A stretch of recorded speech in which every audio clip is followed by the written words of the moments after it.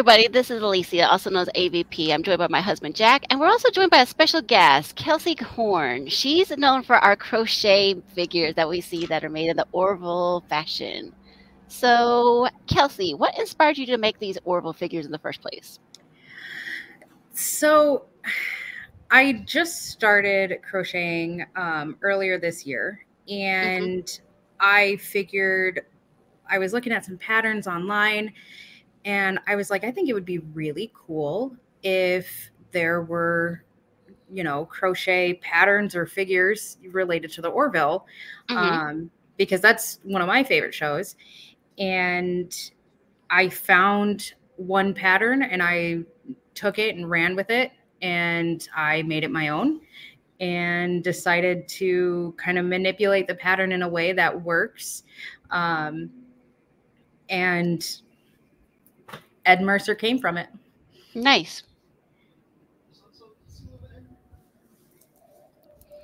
Yeah, so what does the Ed one look like that you made by any chance? So this is the original. This was the very first one that I did. As you can see, the sleeves are the wrong color, which is why this one's not for sale. This one's just the demo. Right. The sleeves are the wrong color. There's no emblem or anything on it. But he's so cute. Yes, he is. So how long does it take you to make one of those figures by any chance? If I were to sit and do it all in one sitting, it would probably take about 8 hours. Okay. Maybe 6. Yeah. Gotcha. So it really just kind of depends on what I'm doing, what my distractions are. And, if I am able to just sit and work on it without any interruptions. Fair enough. Yeah. That's cool. That's very cool. So how long have you been doing crochet per se? I mean, it doesn't have to be these Orville figures, but how long have you been doing crocheting? I started crocheting in, I want to say, January of this year. Okay. So it really hasn't been that long. I've been knitting since high school. So I've been knitting for like 12 years, something like that. Okay. And I could never pick up crochet and until I found these kits called the Woobles. Okay. They were on Shark Tank. Yeah. And they taught me how to crochet. Nice. So what's the most challenging part in creating these Orville figures and other figures that you make with the crochet in? Keeping the tension on the yarn consistent throughout the entire piece. Okay. Yeah, because some can be too tight, others can be too loose, and then it just kind of, everything's kind of off. It's kind of crooked. Okay. Huh. Yeah. That's so besides the Orville, are you a fan of just sci-fi in general, like with Star Trek or Stargate or? The Orville was really my first, put the toes in the water for sci-fi. I never watched Star Trek growing up. My brother was really big into Star Wars when we were kids. But I was never really much into it. I thought it was kind of cool. I fell asleep during, I think it was movie 6. Okay, fair enough. Whatever movie came out in like 2008, 2007, I went to see it and I fell asleep. I feel really guilty about it. And I'm going back and I'm rewatching them with my son. Fair enough. I have a tendency to fall asleep in movies. So it's nothing, it's not about the movie. It's just me as a person. Right. Gotcha. So what's the easiest part of when you're making your crochet figures? What's the easiest part? You said the hardest part is keeping the tension. What's the easier part of it? Stuffing it. Okay. Putting the stuffing in. Sounds pretty straightforward. Yeah. That's hands down the easiest. You just put the stuffing in and manipulate it however you want. If I want his head to be taller and skinnier, I just push it together. If I want it a little bit more flat and round, I just go like this, and now he's got more of a rounder face. Nice. Okay. So what got you started in doing the crocheting by any chance? I wanted to do something different other than knitting hats. I was sick of hats. I was sick of making hats. And I figured, you know, I live in Phoenix. Who wears a hat? That makes sense. Very true. I can imagine people else saying like, "Oh, I need a hat." No, I don't. No, I don't. Exactly. Like it's December 8th, and it's 77 degrees outside right now. Like, who's gonna wear a beanie? Literally nobody. That's true. I was like, why not make something that can relate more to people? And so that's when I was like, I'm gonna crochet. I'm gonna figure it out. That makes sense. I mean, yeah, I can understand that because here in California it's like similar temperature, so I understand what you're saying there. Yeah, it's about 76 degrees right here. Yes. Yeah. I mean, when I lived in Michigan, everybody wore hats. You know, that was because it's cold. But out here, it's just like I'm making these hats, and it's like, where do they go? They just sit in my closet. Right. I can understand that. So what was one character that you're looking forward to creating? I mean, I know we were talking before we started the stream. What's one character that you're looking forward to creating? There's a couple that I know are going to be really challenging, but I know that they're going to be fun. Bortus, because of the head curves. Right. I think Yaphet. I have the yarn for Yaphet. I'm trying to find a good pattern to kind of create my own.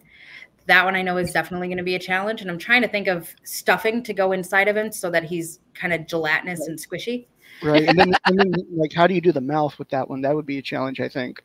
Exactly. You know, is it something that I'm going to embroider? Is it something that I'm just going to leave open? You know, so that one's going to take some planning and a little bit of time. Of course. Let's see.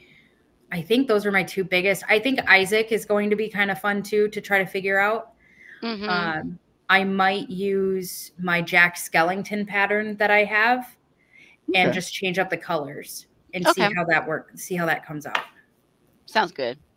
So what's one character that you don't think you'll be creating of all the characters by any chance?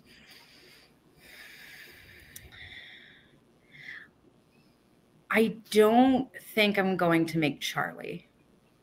Fair enough. I can respect that. She's only in one season. Yeah, and she wasn't my favorite character on the show. Sure. So I'm a little on the fence about it. My boyfriend really thinks that I should. Right. But I'm just, I don't know. I don't really have a desire. Can I tell a little story about that? So I actually met her, the actress who played Charlie. And so for season 3, I got to go to the IMAX headquarters, and we got to see a viewing of the first episode of season 3. And Penny, who plays Claire, and the Anne, I think her name is, who plays Charlie, were there. And we watched the episode first, and I mean, yeah, I had this like negative feeling of Charlie herself. It was just like she was angry, negative, not very happy with Isaac. And so when they introduced her and she came out, instead of seeing like that person come out, I saw this tiny skinny ball of happiness, like just bouncing around, and she looked so excited to be there. Yeah. And so we were able to ask a few questions, and then we got pictures together afterwards. But she was very nice, very kind, very approachable. Definitely nothing like she was in that episode. That's good. That is good. Yeah. Okay. Yeah, I can see that. Well, you think you might? So in that case, if you're not going to make Charlie, I take as you may not do secondary characters like Talea, some of the other Krill. I mean, I would like to figure out how to do Krill. I mean, I have this theory that Mocklins and Krill are distant relatives. Okay. It's kind of like my own sort of theory that I haven't told anybody about. So I might do Talea just to try and see what I can do with, you know, the Krill head shape and everything. I don't know if I'll list her for sale necessarily, just in case it doesn't come out the way that I want it. Sure. But, you know, something to kind of work with. Fair enough. So obviously you're an Orville fan. So have you always been an Orville fan, or did you get into it midway, like the second season, the third season, or was it from day one, basically? So I actually didn't know about the Orville until 2021. Okay. Was it 21? I think. I saw it on Hulu, and it was just as season 3 was airing each week on Hulu. Right. I don't remember if that was last year or the year before, but I remember being homesick with COVID and trying to find something to watch on Hulu. And I saw the Orville, and I saw that it had Seth MacFarlane. And I was like, well, I like Seth MacFarlane, so I'll give it a shot. And I watched it, and I got hooked. Oh yeah. You know, when I first heard about it, I was expecting Family Guy in space, but I'm so glad it didn't come out that way. I'm so glad it came out more of like a traditional science fiction show. And I really liked the progression of the characters in the story that they told with all of the characters as the seasons went on, you know, because it did kind of start out as almost like Family Guy in space. And then it progressed to something so much deeper. And I love that about the show. Definitely. It's more than just Family Guy in space. I mean, it deals with a lot of in-depth subject that most people think they talked about that. I'm like, yes, they did. Oh yeah. By the third episode of the first season, they really knocked it out of the park. They really did. Yeah. Yeah. So I've been a huge fan for a couple years now. I've gotten stickers. I've gotten, I bought a coffee mug from the Hulu shop, and I did like the Orville coffee mug that you can personalize. Yes. And so like I wanted my name on the back, and I wanted the white mug with the blue lettering on the back. And the mug that arrived was the black mug. And so you couldn't really see the whatever it said on the back. And I finally I shined it under the light, and it said Admiral Meg. Okay, that's weird. Where did that come from? Right? So I reached out to Hulu, and I was like, I got the wrong order. And they were like, okay, no worries. We'll refund you. We'll send you a new one. I said, great. Please make sure that it's the one that I ordered. Like, this is my order number. This is what I want it to say. So about a week later, I received another one. Again, the black mug where it says Admiral Meg. I can't win. So that's terrible. I ended up keeping them, and I think I got rid of them when we moved over the summer. But I just, you know, I want to order a new one, but I don't have faith that it's going to be the right one. Yeah, that's too bad, because I ordered her. Wrong one. I ordered her one of those. It's not a mug. It's a glass. Yes, the glass. Yeah, it has my name on it. And it turned out just fine. Yeah. Yeah, it was just Admiral Meg. I mean, I guess that's kind of funny because I dressed up as Meg Griffin for Halloween. Okay, gotcha. I mean, I guess it works. Sure, but it's probably thinking, hey, I don't really want Meg. I want my known name, so I can understand that. Exactly. I don't know. Well, that's a funny story. Thank you, Kelsey, for sharing that with us. Yeah, of course. So what exactly is your next project? I mean, are you going to still work with the Orville ones? Are you going to try to branch out to other type of figures by any chance? So I'm kind of splitting myself into a bunch of different areas right now. So I have John's arm and his other arm I'm working on. I'm also working on finishing this guy. So this was supposed to be my Ted, and I ended up getting the wrong color. Oops. And so this is my practice Ted, and I'm not too happy with the pattern. So I'm going to try to find something else to make the real Ted.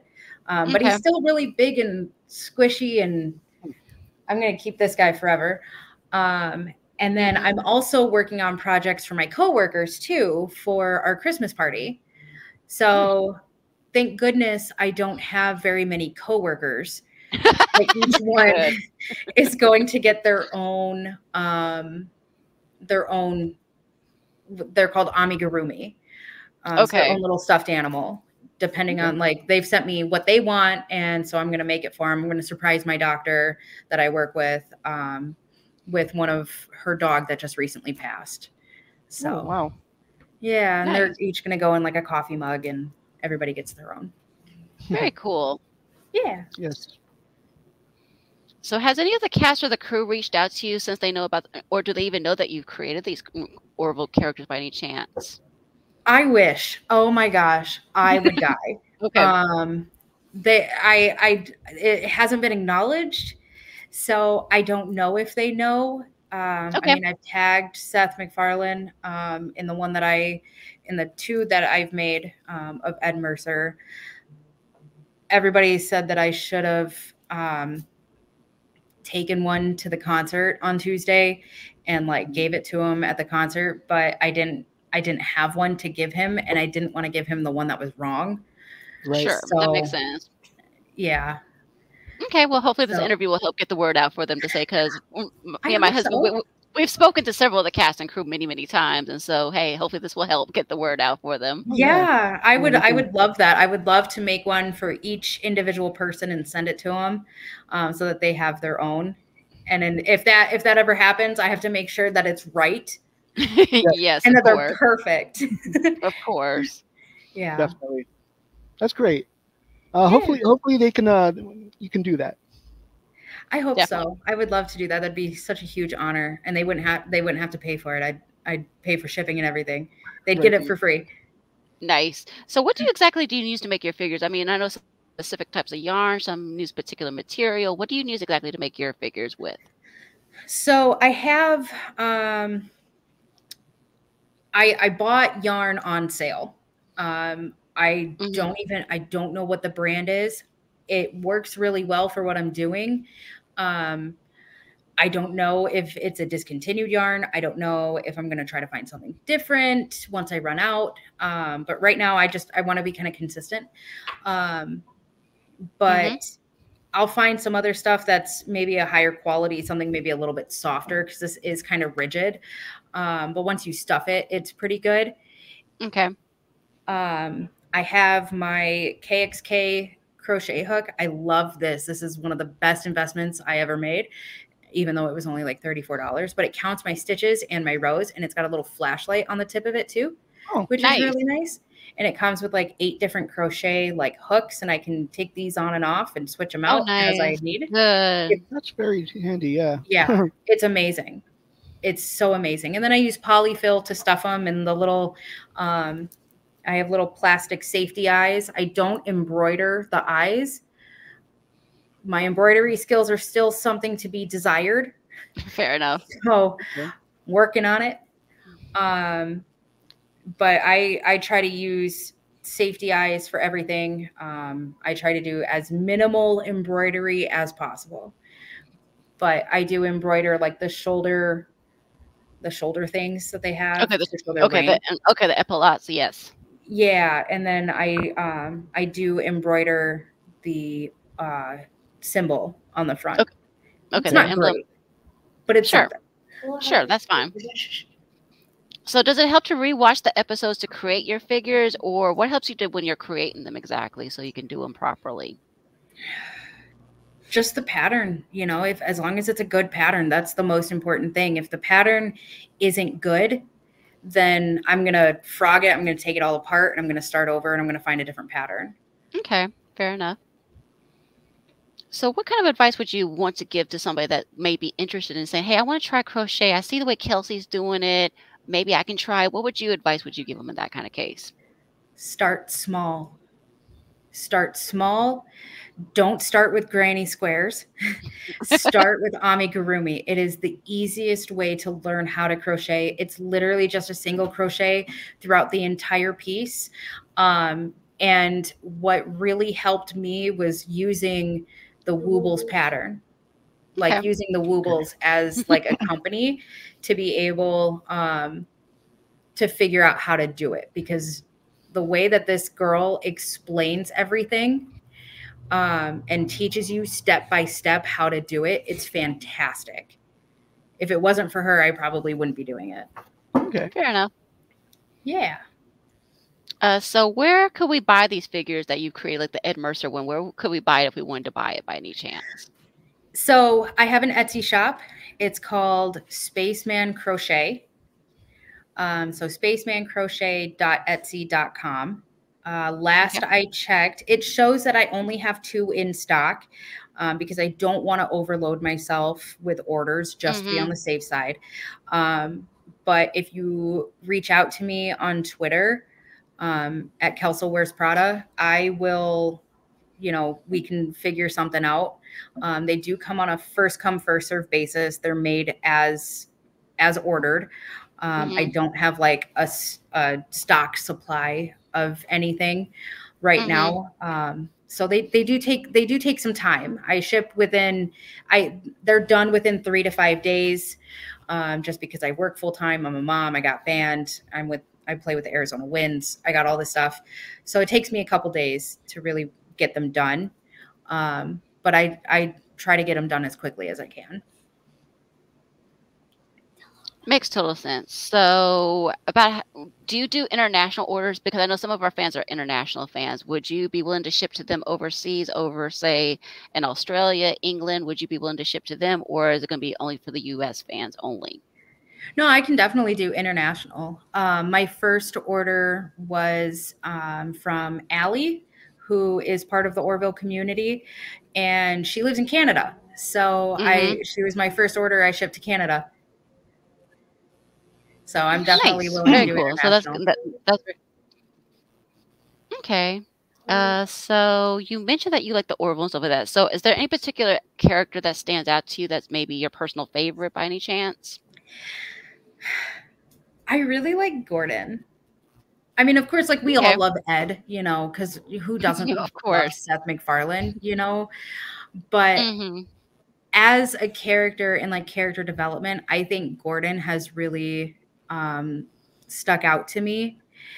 I just think he's so funny, and I feel like he's grown so much as a helmsman and like as a person also. And my heart just broke for him in Twice in a Lifetime.